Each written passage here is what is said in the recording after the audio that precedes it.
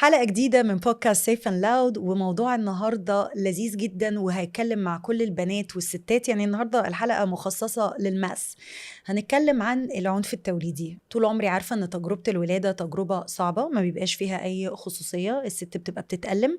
فما كنتش عارفة ان في حاجة اسمها العنف التوليدي، ولكن ابتديت اشوف ناس بتتكلم عليها اونلاين، واهمهم كان خديجة دادولة تشايلد بيرث اديوكيتور من مستشفى كوينز. وعشان كده جايبينها النهارده عشان تعرفنا ايه العادي وايه اللي مش عادي وحدود الدكتور معايا ايه. ازيك يا خديجة؟ ازيك يا دينا، عامله ايه؟ انا مبسوطه قوي بقى انك موجوده. على فكره بشوف الريلز بتاعتك على طول، وبقعد اقول انا عايزه اجيب خديجه هنا، بمسكها كده ساعه اسالها في المواضيع دي كلها. هو الفكره ساعه مش هتكفي، بس احنا هنحاول. بصي ايه، ندي اهم الحاجات واهم النقط البيزكس، لان احنا لسه للاسف في البيزكس. هو ايه الدوله دي؟ يعني اولا انا عارفه ان الدوله دي، انا كنت فاكره ان الدوله هي اللي بتولد. اوكي، عشان قريبه من كلمه دايه، صح؟ ايه الدوله؟ دوله هي مرافقه الام في فتره الحمل، الولاده والنفاس. هي بتساعد، بتديها الدعم النفسي والدعم المعلوماتي، لان مقدمي الرعايه ما بيبقاش عندهم الوقت الكافي ان هم يشرحوا بتفصيل مميت كل حاجات ممكن تمر فيها الام، ويدوها الدعم النفسي، وخاصه يسمعوها بانتفاضه. فاحنا بيجي دورنا هنا. فانت بتبقي موجوده في الولاده. يس. الولاده لازم تكون طبيعي ولا ممكن كمان لو قيصري وهي صاحيه؟ مش شرط، اي ولاد، اي تجربه الست خاصه بيها. اصل احنا ما بنعرفش هي ولادتها هتمشي ازاي وايه السيناريو بتاعها. فهي لما بتختار يكون معاها دعم نفسي من دولة، يبقى اي سيناريو. لان هي حتى في الولاده القيصريه يبقى مثلا دكاتره مركزين شغالين على العمليه وكده، هي تبقى عايزه حد يطمنها، فمش دايما بتلاقي ده. فاحنا مع حضور الزوج بنسمح برضو بحضور الدولة، ان هي تفهمها، تقولها دلوقتي بيحصل كذا، دلوقتي بيحصل كذا، حابه ايه. لان احنا نسالها هي عايزه تعمل ايه، دي مهمه جدا، ايا كانت ولاده طبيعي او قيصري. ساعات مثلا هديكي مثال بسيط. دايما احنا بنتفرج انه اول ما بيبي يتولد نحطه في حضن الام وتعمل كده سكين تو سكين. مش كل الستات تبقى جاهزه لده، فلازم نسالها ناخد رايها الاول. انتي جاهزه؟ عايزه تمسكي البيبي؟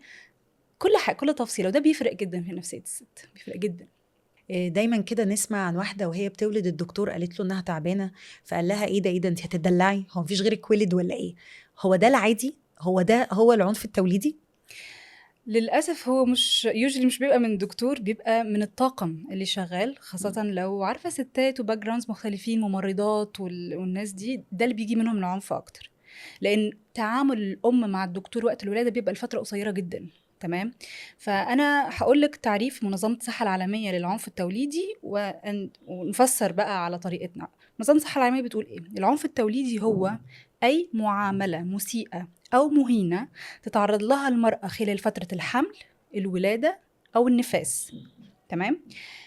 من قبل مين؟ مقدمي الرعاية الصحية، سواء دكاترة، ممرضين، فنيين، ممكن بتاع سونار، حد بيديها دواء في صيدلية، حد بيعمل لها تحاليل في معمل، كل دول بيعتبروا مقدمي رعاية.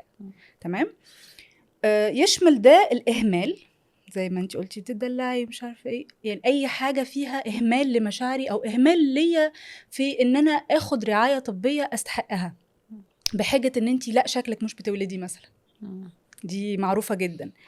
ان هي تبقى فعلا بتولد وجاهزه بس بتبقى هاديه وجميله وماسكه نفسها، يقول لا لا لا شكلك مش بتولدي، ده اهمال. وتبقى هي فعلا بتولد تبقى بتولد، فتتاخر في تولد بقى في الرعايه. الاسانسير، تولد في الطريق، في العربيه، اي حاجه، بسبب ان هو اتقال لها لا انت شكلك، لا شكلك هاديه مش بتاعت ولاده. اوكي. الإجراءات الطبية اللي بتحصل من غير موافقة مستنيرة. يعني إيه موافقة مستنيرة؟ يعني الانفورمد كونسنت، اللي هو إن أنا أخد موافقتك بعد ما أشرح لك الإجراء، أشرح لك أنا هعمل إيه بالظبط وليه، والبدائل. لو أنا مثلا رفضت الإجراء ده لازم يبقى عندي بدائل، ولو ما فيش بدائل وأنا رفضت الإجراء ده إيه اللي ممكن يتم، يعني إيه السلبيات اللي هتتم عليا. خديجه، انت بتتكلمي على الولاده ولا الكشف؟ كل حاجة من الحمل، الولادة، للنفاس، يعني أي وانا إجراء داخله اكشف المفروض يبقى قايل لي هو هيعمل ايه، وانا بالظبط. معقول؟ طب وفي ناس بتعمل كده؟ انا دي اول مره اسمع عنها. احنا المفروض بنقول للست احنا هنعمل ايه. مثلا لو خلينا نتكلم مثلا عن الفحص المهبلي، اللي هو اكتر حاجة حساسة في مجال النساء والتوليد. انا هعمل ايه، ليه هعمل كده، المفروض اقول انه مثلا هياخد وقت قد كده، تمام. وده بنشوفه كل يوم الدكاتره بتعمله يعني. لو اتألمتي او لو حسيتي ان انت مش مرتاحه قولي لي وانا هوقف على طول لحد ما تبقي جاهزه نفسيا، تمام. ولو انا رفضت الكشف ده ايه البدائل، تمام. بعد ما الام تدي موافقه يعني مستنيره زي ما بنقول، خلاص هي فهمت كل حاجه، ساعتها الدكتور يبتدي يعمل الاجراء بتاعه. ولازم ياخد في باله ان هو لما الام تقول ستوب ستوب دي مهمه جدا. انت عارفه انا كدكتوره سابقه اقدر اقول لك انه انت عارفه اول حاجه جت في بالي ايه، ان الدكتور بعد شويه احساس لما بيشوف اللي قدامه متألم بيبقى اميون شويه، لانه اي حد تعود. بيدخل بالظبط بيتعود، وبيبقى عارف انه يعني هو اكيد مش حاجه كارثيه، فبيبدا ما يعلقش ويفضل بيكمل في شغله زي ما هو. يعني متخيله ان انا لو شفت المرضى مثلا ودكتوره سنان شايفاهم بيتألموا كتير، ممكن ابقى متخيله انه ايه يعني خلاص ثانيه وهيخلص. انتي قلتي نقطه مهمه جدا يا دينا جدا، لان الطب عموما كله في ناحيه وطب النساء في ناحيه تانية. لان الطب الوحيد اللي انتي مش بتتعاملي مع مريضه هو طب النساء. هي مش مريضه، هي واحده داخله بتولد، وهو حاجه غريزيه بتطلع طبيعيا كانها ممكن يحصل في اي حته، في بيتها، في الطريق وهي لسه ما دخلتش، فاهمه. احنا كل اللي بنعمله، احنا الولاده في المستشفى بتكون ليه بتكون سيفر، لان احنا الطب الوحيد اللي مش بيعالج او بيهتم بروحين في روح الست اللي تولد واللي في بطنها. فعشان كده بنبقى عايزين environment آمن للست، ولكن هي مش عيانة. هي دي المشكلة. لما طب النساء أو الطب دخل فيه مجال النساء ما ركزناش في الحتة دي، إن هي إحنا عايزين نخلي الولادة حاجة آمنة، بس هي مش عيانة. فابتداء من إن احنا نسمي الأم عيانة وهي في المستشفى، دي أكبر غلطة.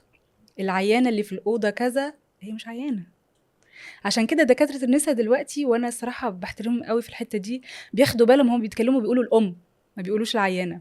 حتى ساعات بيغلط بيقول انا بالعادة بقول عيانة، بيقول العيانة، وبعدين يقول انا اسف قصدي الام. خايف يقول كلمة غلط لان هي مش عيانة، فاهمة. فده البروسيس اللي لازم يحصل في اي اجراء، في اي اجراء. حتى لو هتقيسلك ضغط، انا اسفة هضغط على ايدك شوية مش عارفة ايه وبتاع، اوافق او ارفض، تمام. لان اكيد احنا بنسمع طبعا كيسز كتير بتتكلم انه، لو نرجع بس نقطة الإهمال، إنه لحد النهاردة في مراكز ولادة ومستشفيات في العالم كله بيرفضوا يقبلوا حالة مثلا عشان انتي مثلا مش متابعة في المستشفى هنا أو حاجة. وده طبعا حاجة تجرم بالقانون. للأسف الستات ما تعرفش إنه دي جريمة. يعني هي يعني ده أي مستشفى حكومي أو خاص أيا كان هي لازم تكون متابعة شهور الحمل كلها في المستشفى دي خالص. لو أنا أنا أول داخلة، مرة أسمع الموضوع ده. لا في مستشفيات مثلا يقولك لا انتي جايه لي بتولدي، لا انا مش هقبلك، وده ممنوع في القانون. علشان ما فيش دكتور جاهز يولدها ايا كان بقى، الله اعلم الاسباب كتيره يعني، تمام. فلما الست بتدخل مثلا، خلينا نقول هي على ولاده وده مش دكتورها وهي مش متعوده عليه وبتاع، فهي بتتصدم بحاجات كتير من الطاقم التمريض خاصه. خلينا نقول مثلا واحده جايه على طريق سفر وجالها ولاده، فهتدخل اي حته تولد، اكيد مش هنقول لها لا يعني. فيتصدموا من انه لا هو ده ايه يعني، ايه بالعافيه اقعدي عشان تكشفي، وفي ستات بتتمسك من ايديها ورجليها وتتكتف عشان تعمل كشف بالعافيه في العالم اجمع، فهماني. تكشف قبل ما تولد ولا تكشف ما احنا وهي عشان تدخل تولد لازم الاول يبقى فيه كشف عشان نتاكد ان هي في ولاده. هي مش راضية بقى، هي خايفة في الكشف فبيكتفوها؟ لا هي في الاول تبقى مش فاهمه، موجوعه متالمه، طب استنوا عليا شويه، طب اعدل نفسي. بيبقى الدكتور ولا ايا كان مقدم الرعايه اللي موجود، خلاص انا مستعجل. ورايا 15 حاله، انت لسه هتقعدي بقى واخده راحتك. يخلي الممرضات تمسكها، دي كارثه. تروما طبعا. تروما.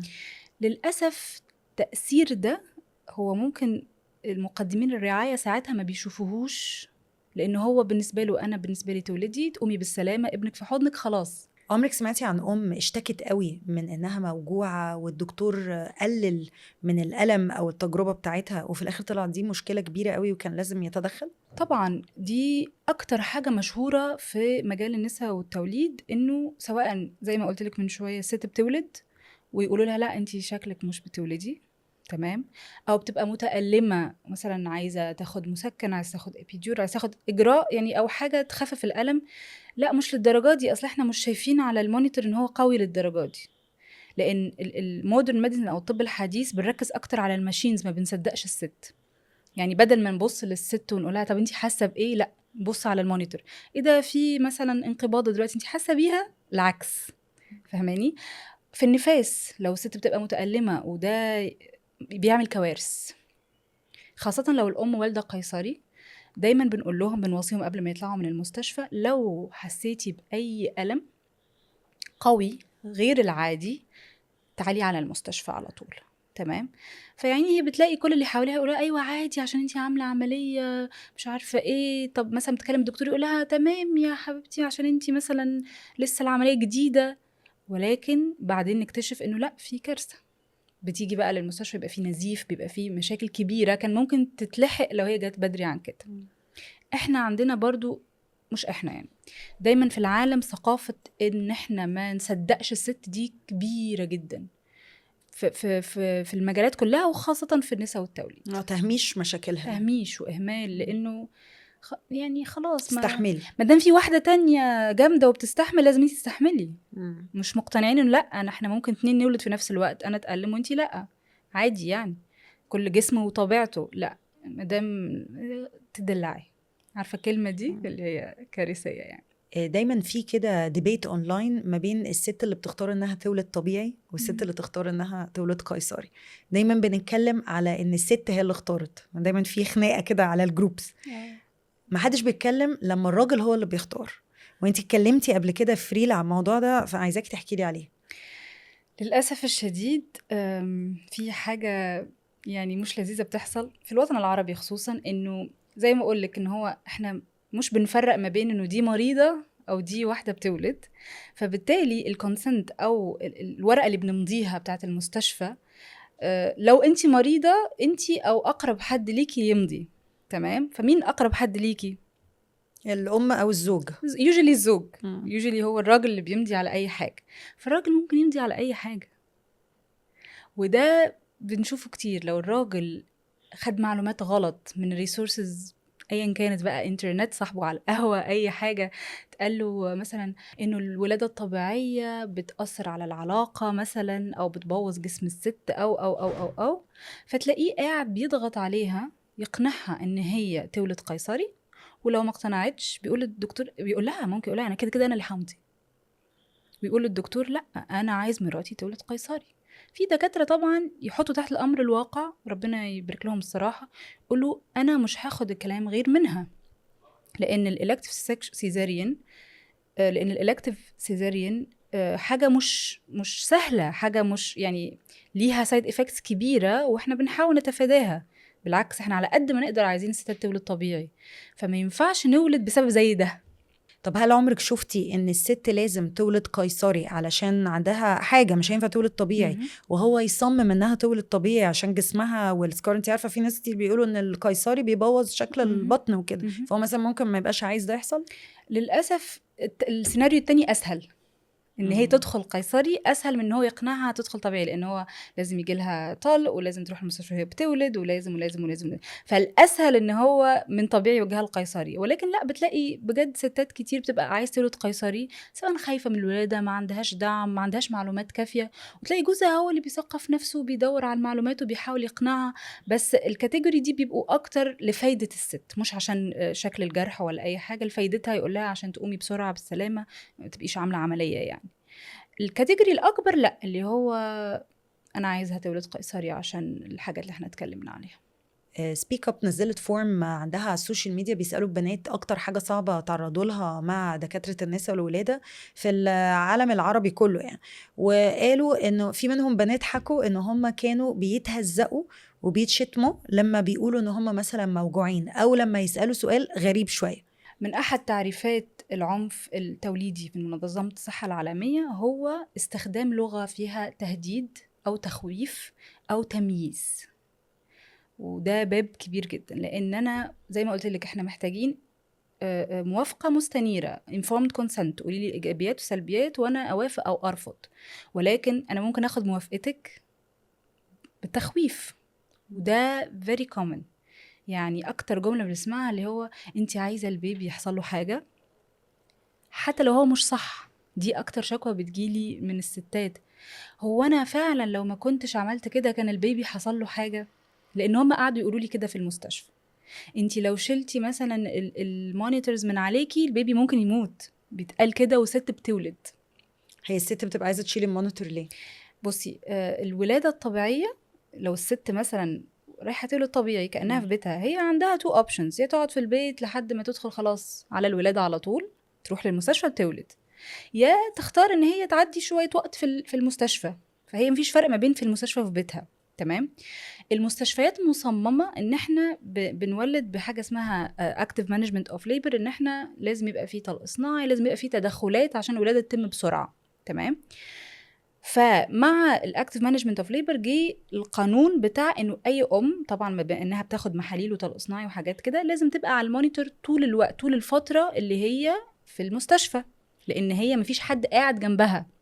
فاحنا هنعرف ازاي انه في حاجه غلط ومفيش حاجه غلط غير بالمونيتور.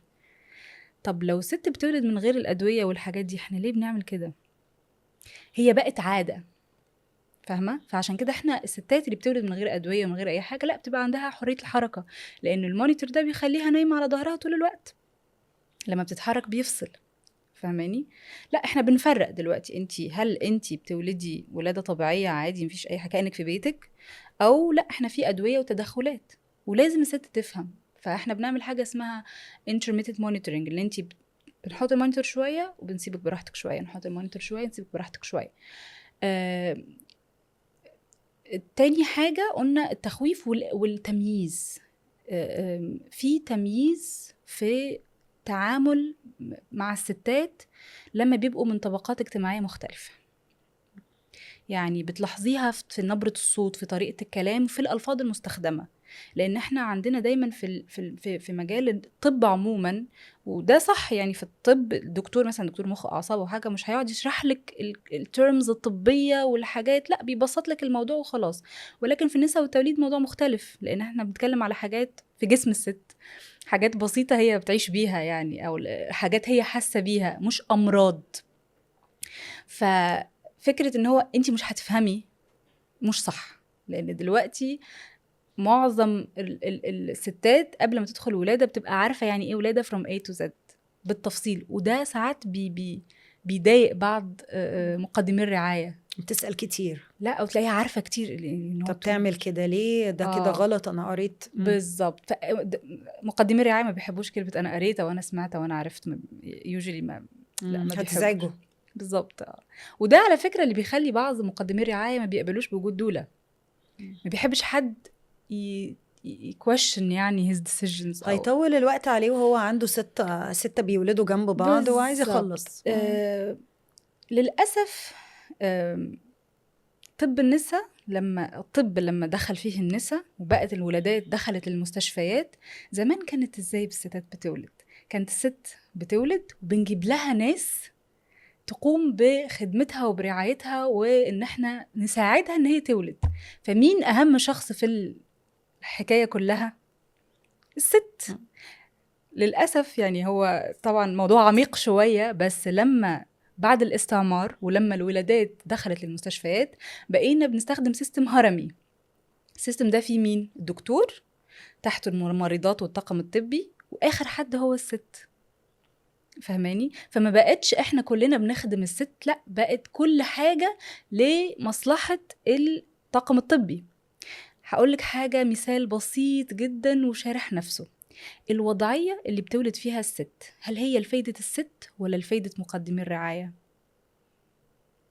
يعني أنا ما كنت متخيلة أن الشكل التقليدي اللي احنا بنشوفه في الأفلام ده هو الطبيعي. لا، هو طبيعي للدكتور مقدم الرعاية عشان يبقى مرتاح وهو قاعد على الكرسي وشايف كويس، ولكن كل الدراسات وكل الأبحاث أثبتت إن هو ده بيأثر على سير الولادة وبيعطل الولادة وبيعمل مشاكل. فلما تسألي أي مقدم رعاية تقولي له طب أنا ليه بولد كده؟ يقولك أنا عشان أعرف أمسك كويس أو عشان أعرف أبقى متحكم. في اللحظة اللي احنا بنتكلم فيها دي أنا متأكدة إن في بعض الدكاترة طبعا ربنا يخليهم لنا يعني بتلاقيه بيتشقلب في الأوضة. الست هي مرتاحة، هو بتلاقيه بيمشي مع جسمها مش رابطها في مكان واحد. فهماني؟ دي البوزيشن دي اللي حضرتك تتكلمي عليها اللي هي معروفة بتاعت الأفلام، اسمها بالفرنش بوزيسيون جينيكولوج أو وضعية دكتور النساء. هي معمولة عشان تريح الدكتور مش عشان تريح الست. طب لما الدكتور يستريح قد يكون ان ده في مصلحة البيبي، لانه لما يطلع هيمسكه كويس فهيقدر يمانج الموضوع احسن. لا لأن هو لما بيحصل حاجة مثلا بيتزنق أو أي حاجة، أول حاجة بيعملها بيقلبوا البوزيشن بتاع الست. فهماني؟ هو بس عايز يبقى مرتاح، بيعمل أقل مجهود وهو بيطلع البيبي، أو هو مش هو بيطلع بيبي، ست بتطلع البيبي يعني، عشان يستقبل البيبي وهو في أكتر وضع مريح. لأن لما بشوف أنا دلوقتي الدكاترة الصراحة زي ما بقولك الداعمين، لا بتلاقيه متمرمط ونازل تحت وطالع فوق. طبعا دكاترة كبار في السن مش هيعرفوا يعملوا كده، بس عشان كده احنا دايما بتلاقينا بنشكر في دكاترة غير دكاترة لأنه بيعمل الإكسترا ستيب. تلاقيه مش لازم تطلع على السرير، طب خليكي واقفة، طب اعملي سكوات، طب مش عارفة ايه، بينزل تحتها. بيتعامل معها على انها انسانة، مش شيء قدامه جاي وعنده 5 6 في قوة التانيين وعايز يخلص وخلاص. انتي عارفة العنف التوليدي لو احنا هنحطه في جملة كده، اي لحظة الست حست ان هو يتعامل معاها او هي بتعامل على اساس ان هي حالة او جسد غير انسان، ان احنا بنتعامل معاك عايزين نطلع منك البيبي ده وخلاص، انتي مالكيش حق ان انتي تكويشن اصلا تقولي ليه او ازاي او مش عايزة او وده بنشوفه كتير للأسف. زي ما بقولتلك في اختلاف في التعامل في الطبقات لو في المستشفيات التعليمية في العالم كله. لأن زي ما قلتلك أنا لازم عشان أعمل كشف أخد موافقة مستنيرة، ده ما بيحصلش لأن في المستشفيات التعليمية بيبقى واقف قدامها 5 6 دكاترة بيتعلموا، كل واحد بيعمل الإجراء وعشان يتعلم.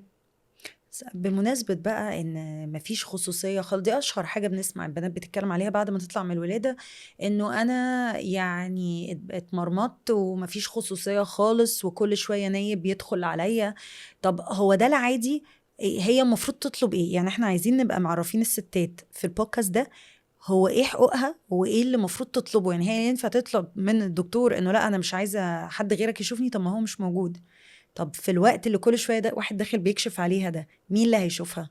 هو مش المفروض يكون كل شوية حد داخل بيكشف، مش تمام؟ كل ساعة أو ساعتين عشان يشوف الدايليشن؟ لا هو احنا طبعا دي حاجة قديمة جدا برضو تبع الاكتيف مانجمنت اوف ليبر، ان احنا مادام مدين طلق صناعي لا عايزين التوسع يروح، وكان في تشارتس كده وحاجات قديمة جدا يعني، لسه في مستشفيات بتطبقها بالطريقة الغلط للأسف. ولكن احنا بنتكلم على الصح واللي بيتعمل دلوقتي. ست دخلت بتولد بيبقى في مساحة ما بين الكشف والتاني، زي ما انتي قلتي مش الدكتور مش هو قاعد جنبها يعني، بيجي في الآخر، فبيبقى عنده نايب أو دكتور اسمها ايه اسيستنت، هو اللي هيتابع الحالة من الأول لحد ما يجي دكتورها، تمام؟ ودي بقى نرجع بقى للموافقة المستنيرة. أول حاجة المفروض الدكتور النايب أو الدكتور الأسيستنت يعملها إن هو يعرف نفسه، أنا دكتور فلان هتابع حالتك النهاردة ودلوقتي هعمل 1 2 3. لأن خلي بالك جسم الست يعني أو الست عموما عشان تقبل إنه يتم إجراء زي الفحص المهبلي مثلا ولا حاجة، دي مش حاجة سهلة، تمام؟ لأن احنا بنتكلم على منطقة حساسة جدا، خاصة لو الست عندها تاريخ بتاع تعدي جسدي أو عندها تروما هي أصلا مش عارفاها من طفولتها مثلا ولا حاجة، بيخلي الموضوع كارثي، تمام؟ فحتة انه كل شوية وكل ساعة دي لا احنا بطلناها الصراحة، بس لسه بتحصل في بعض الاماكن في العالم يعني، والستات بتشتكي من ده، بتقول انا كل شوية 1 و2 بيدخلوا بيكشفوا. وده زي ما قلتلك في الاماكن اللي بيبقى فيها حد بيتعلم يعني. هو ده عادي؟ لا هو مش عادي، لان احنا نرجع برضو لنفس الكلمة الكونسنت. هل انا وافقت وقلت تمام نعمل الكشف ده ولا لا. طب إذا هي وافقت إن هما تبقى تولد في مكان تعليمي، وبيدخل بقى المعيد مثلا أو النايب، بيبقوا داخلين 5 6 مع ايوه بعض، ايوه هي المفروض تبقى متوقعة إن إيه اللي يحصل، أو إيه اللي المفروض يحصل في موقف زي ده؟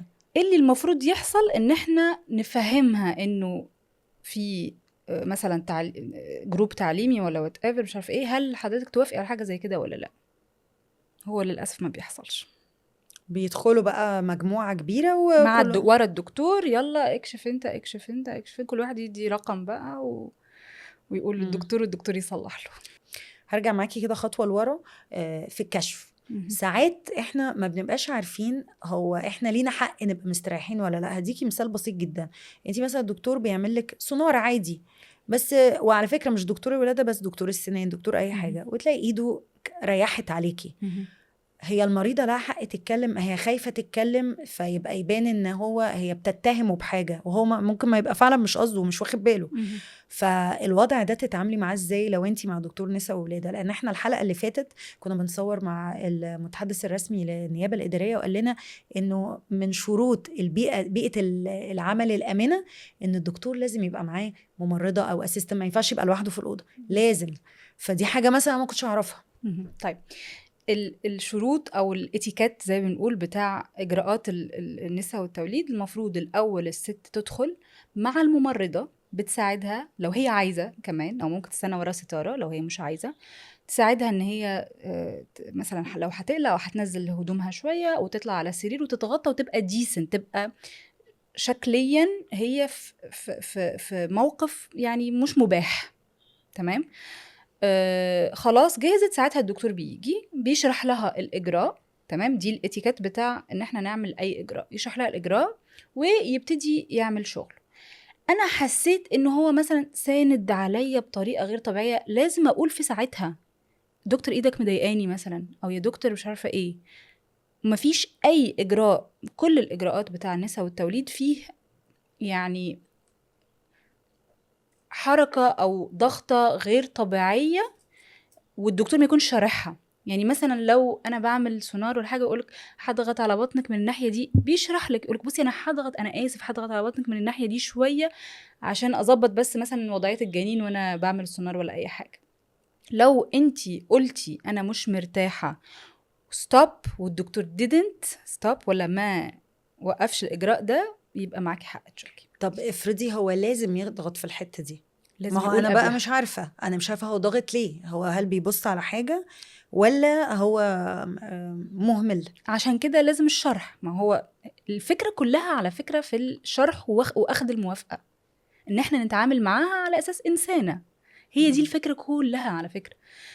الموضوع كله يدور حول ان انا اشرح واخد موافقة. طب هل بتسمعي عن بنات تقول للدكتور ايدك ساند عليا مضايقاني، يروح هو متكلم معاها بطريقة زي ما كنا بنقول البنات بتقول ان الدكاترة بتهزقهم؟ للأسف، وده شكوى بتجيلي كتير. واقول لك المشكلة الكبيرة، ودي اكتر مشكلة بتجيلي على البيج الناس بتبعتها لي، لما يبقى الدكتور، لان انتي خلي بالك بتتعاملي مع حاجة حساسة جدا، دكتور نسا، فهو طبيعي هيبقى يتعامل مع الأعضاء التناسلية. فأنتي بتبقي شاكة، بتبقى في بينك جواك اللي هو ده عادي ولا ده مش عادي. وخاصة لو الدكتور من العيلة، في ناس بترضى تكمل مع دكتور وتولد معاه وهي مش مرتاحاله، وهو فعلا بيكون بيضايقها أو بيعمل حاجات مش ألذ حاجة عشان متخربش العيلة. يعني هو الدكتور اللي عيلة ولا من العيلة؟ من العيلة يعني الدكتور قريبها ده يعني. قريب. فلو انا قلت ده جوزي ده هيبهدل الدنيا، طب انا استحمل واسكت ولا اعمل خناقه ومقاطعه ما بين العيله؟ دي اكبر حاجه. وانا دايما بقول لهم بلاش حد من العيله، لان انت لو حاجه فعلا غلط بتحصل لك مش هتعرفي. هو طبعا لو دكتور من العيلة لقاها راحة متابعة مع واحد تاني، هو اصلا هيبقى فيه قمص بقى وشغل بقى بالظبط. حركات. وخاصه انه القرار لما يبقى دكتور من العيله ما يبقاش من الدكتور بس، وما يبقاش منها ولا من جوزها، القرار بيبقى العيله كلها متدخله فيه. لازم تولدي مع فلان، كلنا ولدنا معاه. والقرار نفسه بتاع الولاده بتلاقي الحما بتكلم الدكتور تقول له حاجه، وفلانه بتكلم الدكتور تقول له حاجه هل الحما ساعات بتتدخل الست تولد ازاي؟ ساعات. احنا بنتكلم على الزوج، طب الحما ممكن تقول للدكتور لا انا بنت مش هتولد طبيعي مثلا؟ طبعا طبعا. ليه بقى؟ بتبقى عايزه ايه؟ كده هو انت يعني في ثقافه غلط وكارثيه منتشره انه الولاده الطبيعي دي ممكن تعمل حاجه وحشه للبيبي. فانت بالنسبه لنا انت مين؟ يعني مش مهم، المهم ده ابننا اللي هيشيل اسمنا. فتلاقي العيله كلها متاهبه وجاهزه ان هي تنقذ البيبي ده من بطنك، من جسمك بسرعه قبل ما يحصل اي حاجه. فتلاقيهم واقفين وجايين في المستشفى. هم جايين ليه؟ هم مش جايين عشان يعني مش عشانك. مش عشانك خالص. مش جايبين لك شوكولاته. طبعا هم جايين عشان البيبي ده. بروف ان هي الام اول ما تولد خلاص الناس كلها بتختفي من حواليها. الناس كلها قاعدة مع طب البيبي. في تعديات من الدكاتره الستات، عشان برضو ما نظلمش الدكاتره الرجاله فقط، الدكتوره الست ممكن برضو تبقى عنيفه قوي مع الام الست؟ يؤسفني اني اقول انه التعديات اللي بتيجي من الدكاتره الستات اكتر. هل لان هي مثلا ولدت قبل كده فهي عارفه ان الموضوع عادي وبيعدي؟ لا، ممكن تكون ما ولدتش، ممكن تكون دكتوره لسه مثلا متخرجه ولا حاجه، بس اللي هو انا ست زيك. فانا فاهمه انت متضايقه ليه؟ يعني مثلا لما الكشف يكون انفيزيف كتير ولا بتوجعها ولا حاجه، في ايه؟ ما انا ست زيك، انت متضايقه من ايه؟ حتى التعديات اللي بتحصل تحت امبريلا او تحت المظله بتاعت احنا الستات زي بعض. يعني مثلا من الحاجات اللي بتضايق الست اللي هي لو مثلا تعرت من هدومها ولا حاجه، احنا بنبقى خاصه احنا كدول بنجري بنغطيها ومش عارفه ايه. خلاص يا حبيبتي احنا ستات زي بعض، انتي بتغطيها ليه؟ فهمتي؟ فالامبريلا دي وحشه جدا. الكومنتس اللي بتيجي، مش هقول دكاتره الستات او من مقدمين الرعايه ست، زي ما بقول لك ممرضات بقى ولا اي حد انفولد في عمليه الولاده، الكومنت بتبقى سيئه جدا. اتاكد لك انه الدكاتره الرجاله تتكسف تقولها. زي ايه؟ انا بكسف اقول. بتتكلم على الجسم، البنت بتعلق بادي شيمينج، يعني بادي شيمينج وقت الولاده. بس دي حاجه غريبه جدا. يعني ايه نوع الكومنتات اللي ممكن تتقال لها من ست في لحظه زي دي؟ كومنتات مثلا تبقى خاصه لو هي رفضت اجراء هم اقترحوه عليها، بيمسكوها لها بقى في العمليات. مش انتي بقى قلتي مش عايزه من غير ابيديورال، البسي بقى. مش انتي عايزه طبيعي، دي اكتر جمله تتقال. مع ان المفروض هم يبقوا مع الطبيعي. هم الدكاتره بيشجعوا عامه في العالم كله، بيزقوا ناحيه السيزاريان بس عشان انها عمليه اغلى، ولا في سبب تاني انها اسهل لهم وبتبقى في المواعيد اللي هم افيلبل فيها؟ بصي يعني صراحه مش هعرف اعمم في الحته دي، لان زي ما بقول لك مثلا في موضوع اغلى، لا هو دلوقتي بقى طبيعي زي قيصري زي كل والله؟ حاجه نفس السعر. الفكره في ايه؟ ممكن الدكاتره اللي غير داعمين او المقدمين الرعايه اللي مش امينين، انهي اسهل له؟ انا ولاده ممكن تاخد 16 ساعه وانا مش عارف هروح امتى واجي ازاي وبتاع، ولا اعمل 10 قيصريات؟ كونفينينت اكتر. كونفينينسي اكتر. تلاقي حتى الدكتور بيولد وبص في الساعه. فهماني؟ عشان كده برضو احنا اللي محتاجينه فعلا عشان الموضوع ده يبطل النظام، يبقى مستشفى فيه النظام. يعني خلاص الست داخله احنا عارفين الدكتور بيتابع، بيجي الدكتور في الوقت المناسب، ما يبقاش فيه يعني الدكتور ان هو جاي متقدر، لا هو عارف هو هيجي الساعه كام وكده، وبتبقى الدنيا منظمه اكتر. يعني برضو في قصة جات لسبيك اب انه بنت كاتبة انها طول وقت الحمل لغاية الولادة هي كل ما تتكلم في العيادة الدكتور بيرد على جوزها، يعني هو معتبرها مش موجودة خالص. هي بقى في حتة ممكن تشك هو هل بيعمل كده عشان عيب يكلم الست وجوزها قاعد احتراما للراجل، ولا هو مش مهتم خالص باللي هي بتقوله وبيتعامل معاها على انها مش موجودة، لانه الموضوع غريب شوية. بصي للأسف يعني الحتة دي بالذات حساسة جدا، لأن هو مش بيشتغل على النهاردة، هو بيشتغل على يوم الولادة. أنا لما أتفه من سؤالك وحسسك اللي هو شايف يا عم اللي بتسأل دي على الحاجات من دلوقتي مثلا على الولادة أو أيا كان سؤالها، هي هتعمل إيه المرة اللي بعدها؟ هتخاف تسأل أصلا. في الكشف اللي بعد كده هتبقى 100 مرة يعني مترددة إن هي تسأل. فأنا كده خلاص كسرت فيها حتة إن هي تجرؤ تسأل. وكمان كسبت حاجة تانية، إن أنا يوم الولادة خلاص أنا بتعامل مع الزوج، أنت حبيبي بقى، وإن إحنا متعودين في العيادة بنتكلم مع رجالة مع بعض. رجالة في بعض كده بنفهم بعض. أقولك بص، خطر على ابنك، ده البيبي هيموت، امضي بسرعه عشان والدها قيصري كده. هل هيبقى في نقاش؟ يعني هو فعلا مش بيرد على الزوجة. ستي عارفة ده ممكن تبقي واقفة في محل وتتكلمي مع البياع محل يروح ردد على الراجل علشان هو مش قادر يكلمك وجوزك واقف، يعني في رجالة في فرق، بعض ده كده. بقال وراجل اه وده دكتور نساء اديتك وبيكشف على مثال صح. ده يعني ده دكتور دكتور نساء، فانت جاي مم. يعني ممكن تيجي من غير جوزها على فكره. لا ممكن تبقى cultural thing ان هو مش قادر يرد على الست وجوزها واقف. لا انت من الكيسز اللي بتشوفيها ان الموضوع مبقاش كده. لا بيبقى فالست تقليل. تبقى واخده بالها لو حصل حاجه زي كده. اه وده برضو نرجع لنفس نقطه دكتور العيله. دكتور العيله دايما دي الحاجه اللي تلاقيها دايما في دكتور العيله. دكتور العيله بياخد بقى راي الحما اه والجوز والست خاصة اخر واحده. هقولك على حاجة، لو مثلا أنا ست ومعايا جوزي والدكتور اللي احنا رايحينه ده دكتور من عيلته، من عيلة الزوج، دي الكيس اللي 90% بتجيلي يعني. فلو أصلا أنا الحما والزوج والناس كلها مقايلين لي من الأول إن أنا عايز مراتي تولد قيصري مثلا، فأيا كان السؤال اللي انت بتسأليه في العيادة، أيا كان الرغي اللي هنرغيه في العيادة مش مهم، فبيبقى مش مدي اهتمام، بيبقى بياخد اسمها بتقولوا ياكل بعقلها حلاوة كده لحد يوم الولادة. بتسأل على الولادة طبيعي يقولها ان شاء الله حاضر تمام، فاهمة؟ فكرتيني بتمثيلية وتقابل حبيب، بس دي كانت دي كانت اكستريم شويه. اللي هو تمام آه. يقولها يقول يعني للأسف أنا شفت ده بعيني، يقول له خليها تعمل الشويتين بتاعها وتعمل وتجيب الدولة بقى وتبسط، بس أنا في الآخر عايزة تولد قيصري. وساعات ببقى سامعة ده وأنا معدية كده، والله ده زي تمثيلية وتقابل حبيب بس ما كانتش في الولادة. تعدي في الطرقة سامعة تقوله بصي يا دكتور خلاص هي جابت الدولة وعملت الشويتين بتوعها، يلا قيصري بقى.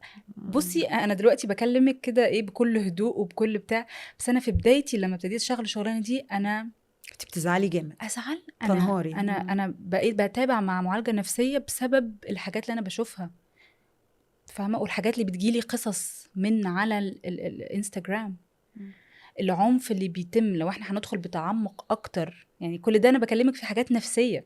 لو بنتكلم على العنف الجسدي اللي بيحصل على الست ساعة الولادة، الضغط على بطنها بطريقة غلط، مش عارفة ايه. طب هي الست تعرف منين العنف ده العادي؟ اصل هي برضو ما هي في الاخر هي مش دكتورة، فهي الدكتور بيتعانف عليها جامد وهي بتولد. نرجع لنفس النقطة، اشرح واخد موافقة واوقف لما تبقي مش مستحملة خلاص. طب افرضي هو لازم يضغط وهي خلاص هي تعبانة، طب احنا هنعمل ايه في الحتة دي؟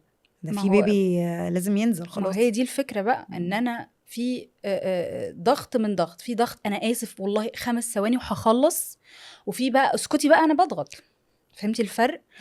طيب مدى الألم بقى لازم أول حاجة تتاخد in consideration هي يعني الألم، يعني قد إيه أنا مستحملة.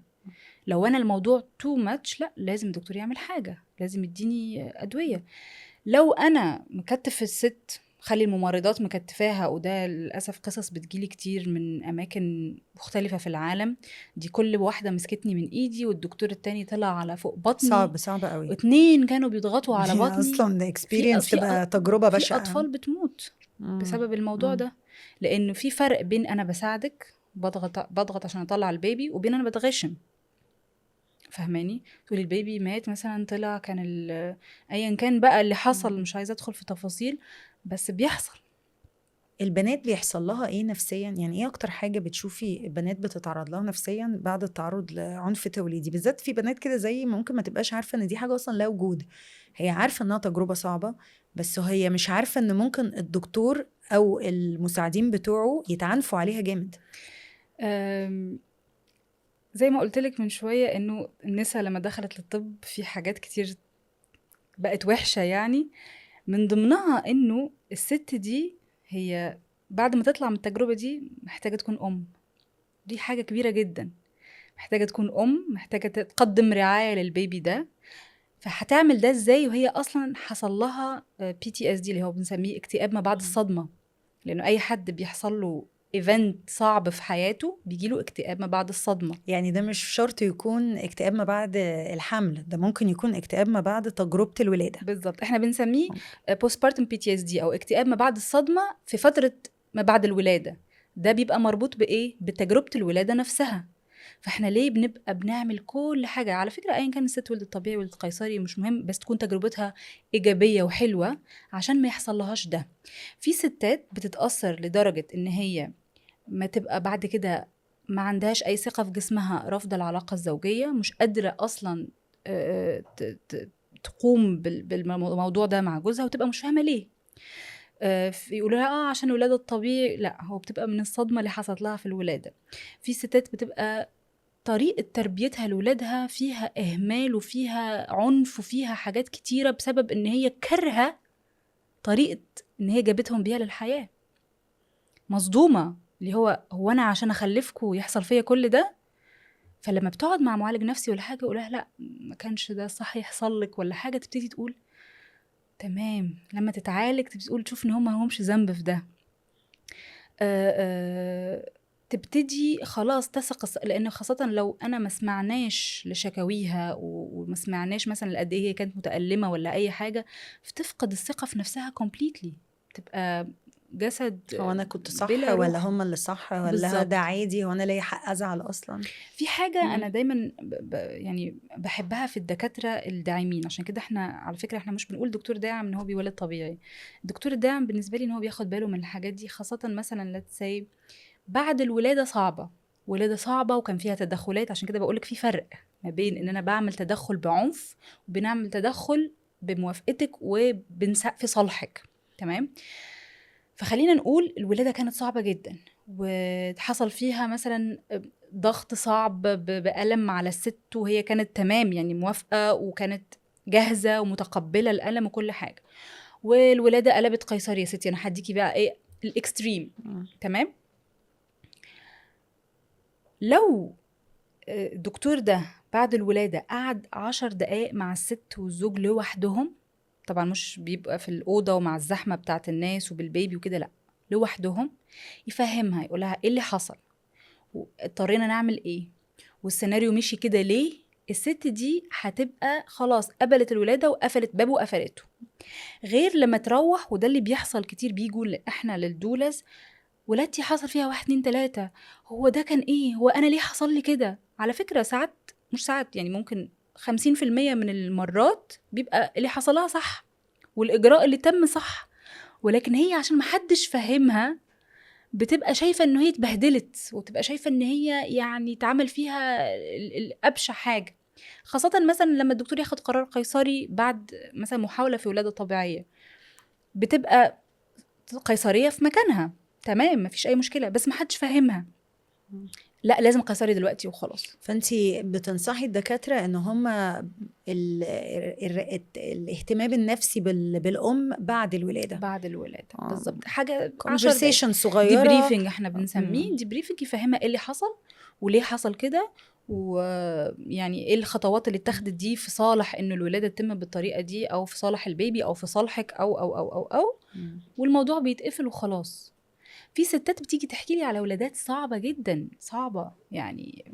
أنا مش هنسى في كيسز مثلا بتقولي حصل وحصل وحصل والحمد لله، والدكتورة فهمتني مثلا، وكان فعلا كان لازم يعملوا كذا، ببقى مبهورة بيهم الصراحة، لأن الدكتورة بتعامل، أو الدكتور أو مقدم الرعاية بيعامل الست دي كأنها إنسان.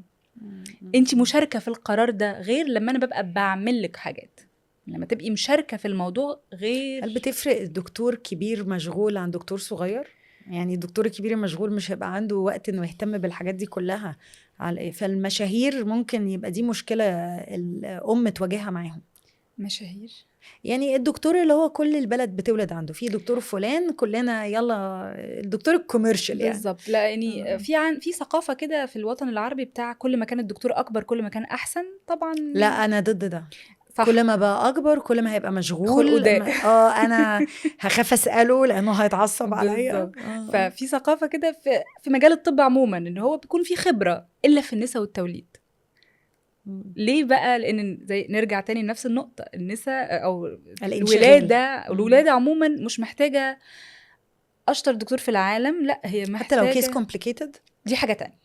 احنا بنتكلم على العادي. العادي والماجوريتي، لان لو كيس كومبليكيتد خلاص هي عارفه ان هي بتتابع عشان تولد في الاخر بطريقه معينه وعمليه بطريقه معينه وخلاص، يعني موضوع قفلناه. ولكن انا بتكلم في العادي، لو انا مثلا هسال اسئله زي يعني ايه طلق، يعني ايه طب انا هحس بايه؟ طب انا حاسه كذا يا دكتور، دي مش محتاجه دكتور كبير خالص، لانه هو مش، لانه اصلا الدكاتره الكبار يعني مش هيبقى عندهم لا الوقت ولا الخلق ولا انا عامه كنت مرعوبه وقت ولادتي، انا بخاف بقى من اي حاجه معديه كده بخاف، فان انا ابقى حامل وبيبي جاي يا، فدايما اقعد اساله طب انا هحس بايه، طب انا هتوجع ولا لا، فرق. طيب كان بيرد عليكي؟ كانوا كانت دكتوره ست كانت بترد كان فارق عليا معاكي؟ طيب عادي، كانت واخده الموضوع هي اصلا شايفاني تخافي من ايه، مفيش حاجه تبقي واخده ابيديورال او طب تصدقي انا اللي فرق معايا ايه؟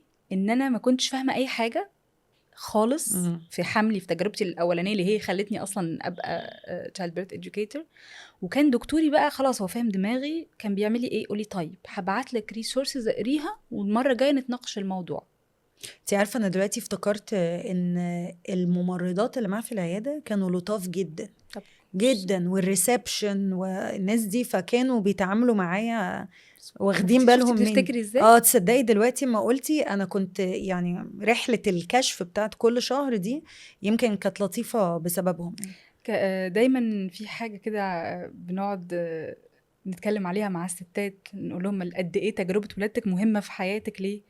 لانك عمرك ما هتنسي تجربه حلوه قوي او وحشه قوي، عمرك ما هتنسي.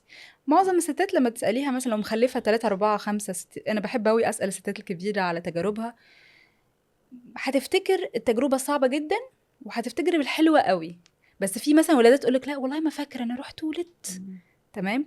لما تبقى تجربه فيها عنف ولا بتاع تقولك ده انا حصل لي وحصل لي، يعني انا مثلا جدتي جايبه 12 ما شاء الله. تمام. بتفتكر كل واحد اتولد ازاي. تمام. اللي بتطول وهي بتحكي فيه الله يرحمها طبعا هو التجارب الحلوه قوي، بتقولك تفاصيل وحصل ورحت وجيت وبتاع. وفي اللي بتقولك مثلا لا انا ولدت في طريق وانا رايحه. الحلوه قوي دي بقى بالنسبه لها اللي هي مش بقى بسرعه، واضح من كلامك. لا اللي هي مثلا زي ما انت بتقولي مثلا اهتموا بيها، اهتموا بايه، طبطبوا عليا، عملوا لي، قالوا لي حاجات بسيطه جدا بتفرق على فكره. يعني دايما ساعات دلوقتي وانا بسال ست طب حصل ايه في الولاده، انا ببقى منتظره تحكي لي على تفاصيل الولاده، تقول تفتكر تقولي ايه، ده كان في واحده في العمليات اسمها كذا كانت بتطبطب عليا. تخيلي. طب هقولك على حاجه، انا ازاي بقيم انا نجحت في شغلي ولا لا؟ بسال الست مثلا ايه احسن حاجه تفتكريها مني في الولاده، تقولي مش هنسى انت كنتي بتقولي لي ايه بالظبط بالكلمه، بتعيدهولي، تقولي انت قلتي لي كذا كذا كذا، انت قلتي لي ادعي، انت قلتي لي اعمل، انت قلتي لي، قعدتي تقولي بسم الله في ودني مش عارفه ايه. طبعا انا بقول الحاجات دي طبعا بالعاده، بس بستغرب لما الاقي الست فاكره الكلمه، يعني سايبه الولاده كلها فاكره كلمه انا قلتها لها تشجيعيه او كلمه لطف طبطبه كده اتقالت لها في اكتر وقت هي ضعيفه فيه. يعني الرفق بالست وقت الولاده الست مش محتاجه غير كده. بس والله يعني انا مثلا اقول لك على حاجه مش هنسى لحد دلوقتي في ولادتي، ان انا اكتر حاجه كنت خايفه منها حته اللي هو هروح الاقي دكتور مين.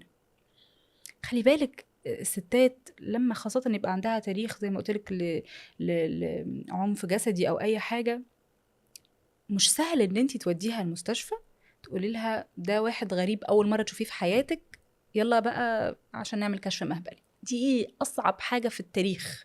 يعني انا مش عارفه صراحه شابو للستات ان احنا لسه بنعرف نولد طبيعي بعد حاجه زي كده، لان هي بتقفل الجسم يعني. فانا اكتر حاجه كنت خايفه منها وكنت بقولها لدكتوري، انا ازاي يعني اسمح لشخص ما اعرفوش، لان انا خدت 9 شهور عشان اتعود على دكتوري، شخص ما اعرفوش يلا نعمل الكشف ده. مش هنسى انه الدكتور اللي كان موجود ساعتها ربنا يبارك له في اي حته، هو عمل كل اللي انا كنت بقولك عليه، عرف بنفسه واداني وقتي وقال لي مش هعمل اي حاجه غير لما تبقي جاهزه، وقال لي لو اتوجعتي هوقف. انا بقى جسمي عمل ايه؟ هدي، تقبل، بقيت خلاص مستنيه كشف يخلص باي طريقه وخلصنا، غير لما ابقى رافضه، غير لما ابقى انا داخله اصلا خايفه وما لقيتش حد طمني، والاقي مثلا الدكتور ده مستقبلني اللي هو صحيتوني من النوم بقى يلا خلصوا بقى عشان اخلص هوبا بسرعه، مش بيشرح لك حتى هو بيعمل ايه.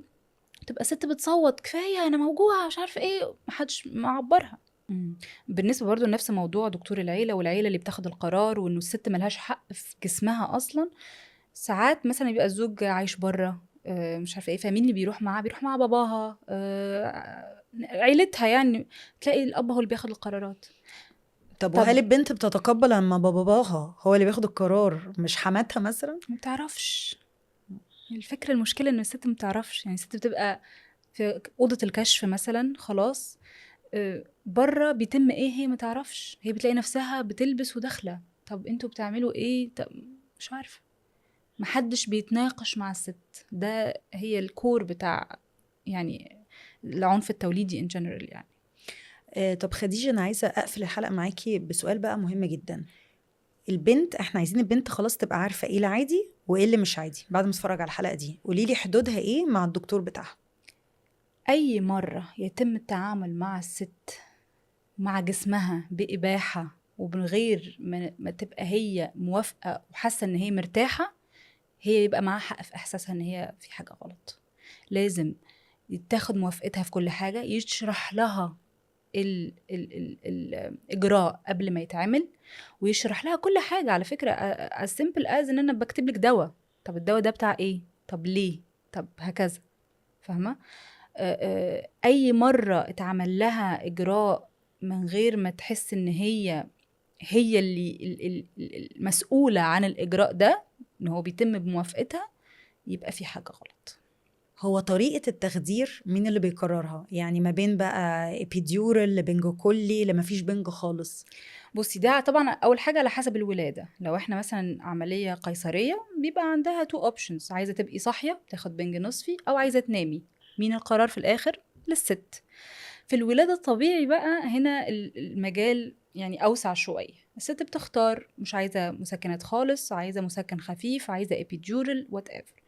ولكن في عادة سيئة جدا بتحصل في مستشفيات العالم وقت الولادة نفسها، خاصة لو الست ما خدتش أي تخدير، وانس راس البيبي طلعت أو البيبي طلع خلاص بينيموا الست.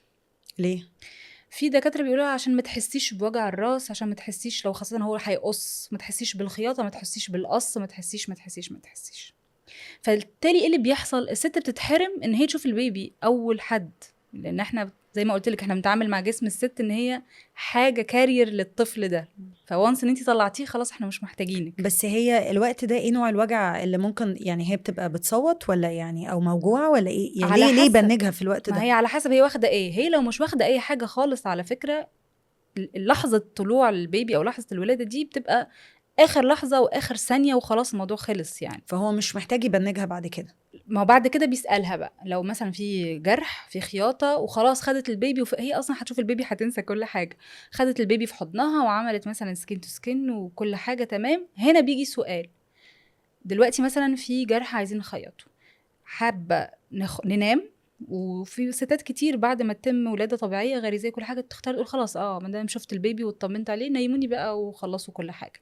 او تاخد بنج موضعي، خاصة لو جرح صغير تقول له خلاص طب هستحمل بس ببنج موضعي. وفي ستات تقول خلاص لا مش محتاجة اي بنج ولا اي حاجة، خاصة لو حاجة بسيطة. تمام. فمين هنا اللي بيقرر؟ الست. ولكن للأسف في روتين برضو بيعملوه، انه اول ما الست خلاص البيبي بيطلع بينيموها، فتقول انا كنت خلاص شفت البيبي وسمعت صوته وفجأة لقيت نفسي بنام، انا مش عارفة هم عملوا لي ايه. هم بيدوها تخدير من غير ما تعرف للأسف، عشان يخلصوا بسرعة وهي براحتهم. ساكتة. يعني عشان ما تبقيش وبتتحركي وبتتوجعي نخلص وبعدين كله convenient لمين؟ نفس الهرم اللي احنا اتكلمنا فيه. طب لو اداها البيبي وراح منيمها برضو بمزاجه بعد كده، ارحم شوية ولا برضو لازم نفس تختار ما هو اي حاجة اتعملت من غير موافقة لفظية صريحة من الست ده عنف توليدي، وده في بعض البلدان بيعاقب عليه القانون. طب نفترض ان هي قالت له لا انا مش هاخد بنج، انا خلاص هستحمل، ولكن هو الدكتور شايف انها متألمة قوي. انا بتخيل معاكي سيناريوهات يعني. مين اللي متألم؟ الست. هي حرة. وهو مش عارف مثلا يشتغل انها متألمة قوي. مش عارف ما هو نرجع نفس النقطة، الشرح، الاكسبلانيشن، التوضيح. بصي انتي عشان متألمة بتتحركي جامد وانا مش عارف اعمل، ممكن ناخد نشرح. خلي بالك مفيش واحدة هنقول لها احنا عايزين نسكن لك الألم وهتقول لا، يعني مستحيل يعني. مفيش واحدة هتقول أنا عايزة أستحمل ليه يعني، أصل هو مفيش فلوس زيادة هتدفعها ولا أي حاجة. ولكن موضوع خاصة إن إحنا ننام ونغيب عن الوعي، هو ده الكارثة فين يعني. لأن ساعات بتبقى يا عيني أول ما تشوف البيبي بتبقى فرحانة بيه، تلاقي نفسها بيغمى عليها، تقول أنا مش عارفة، أنا صحيت لقيت نفسي في الأوضة، هو إيه اللي حصل؟ دي يعني بشعة. مشكلة البنج في اللحظة دي هي انها ما لحقتش تحضن البيبي، وانه ما آه فيش كونسنت. إن هي يعني مش لفايدتها. نرجع تاني، إحنا بنعمل الحاجات لفايدة مين؟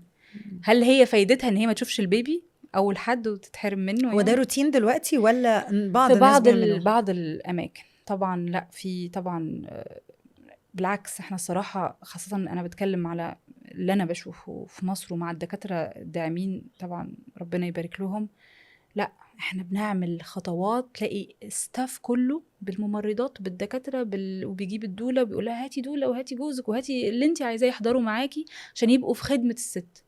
صدقيني ايا كانت الولادة مشيت ازاي، انت مش فاهمة الست هتطلع من الولادة بتتكلم عليها ازاي، لان حست فعلا انه الناس دي كلها بتخدمني انا. عايزين يخلوها تعيش اللحظة الحلوة دي. بالظبط، غير اللحظة الحلوة ان انا اولد ولادة صحية وإن انا البيبي. ادولي بيبي وصورت بالتليفون، عندي سيلفي طب كويس. طب ده كويس. مش رعاية بقى، ده ايه ده ده دلع. دلع. تخيلي حاجة زي، شوفي انتي افتكرتي ايه، حاجة زي كده، حاجة يعني بسيطة جدا يعني. غير انه مثلا يبقى الدكتور اللي هو يلا تبقى تخلص وتبقى تروح في الأوضة. فكرة برضو خلي بالك ان احنا نشيل الباور من على الست، بدل ما كانت هي اللي بتحضن بيبي بتاعها اول واحده بتاع، لا احنا بناخده بننضفه وبنلبسه وبنحطه في فيونكه كده واحنا اللي بنديهولك. اكتر عنف توليدي بيحصل على السوشيال ميديا دلوقتي وانا بشوفه وببقى يعني يا رب يعملوا فيه حاجه، الفيديوهات اللي بتنزل على مواقع التواصل الاجتماعي، الام فين والبيبي الدكتور والناس عمالين يتصوروا بيه بره. يعني بتبقى هي لسه ما شفتوش ولا مرة، تبقى مثلا most probably عملية قيصرية، تبقى هي نايمة مثلا ولا حاجة، والبيبي فين؟ دكتور الأطفال بيتصور بيه لوحده، دكتور النساء ماسكه كده زي الفيونكة وطالع بيه للعيلة، أنا اللي جبت لكم البيبي. ده عنف. هو المين كاركتر مش الأم. نرجع لنفس الهرم، مين الأهم شخص في الولادة؟ دكتور. أنا اللي جبت لكم البيبي كده اتفضلوا، وزغاريت بقى وصور ومونتاج بيبقوا طالعين معاه كده من اوضه العمليات. حاجه صعبه بجد. ببقى عمري ما خدت بالي من الموضوع ده. بشوفها ببقى بنهار في دكاتره ربنا يبارك لهم يعني. انا لو مش عارفه لو ينفع في الاسامي اقولهم بالاسم من كتر ما ربنا يبارك لهم على الحاجات اللي بيعملوها. يقف بعد الولاده يسيب الام والبيبي والزوج مع بعض ويقول لهم انا I will give you space لحد ما تبقي جاهزه وارجع لك. خدي وقتك مع البيبي بتاعك، افرحوا بالبيبي، محدش يقرب لها. وتلاقيها هي بتقول لهم خلاص بقى خدوه يعني كفايه. يلا نخلص. لا ده موجود وده موجود للاسف. خديجة، حلقة خيالية، كمية معلومات. أنا يعني ولدت مرتين وما أعرفش الكلام ده كله. نرجع نصلح. أنا عايزة أرجع بقى من الأول أشوف بقى حصل لي إيه. عملوا لي إيه. لا بجد أنا بشوفك كتير قوي بتتكلمي على الانستجرام بتاعك على المواضيع دي، حاجات أول مرة أخد بالي منها، لأن زي ما بقولك التجربة أصلا باي نيتشر أصلا عنيفة جدا. صح. ومؤلمة. صح. ومزعجة. فطبعا إن أنا أبقى عارفة إن لازم يبقى معايا حد يريحني، ده يغير التجربة خالص ونظرتنا ليها. بس يا جماعة نشوفكم الحلقة الجاية من سيف اللاود.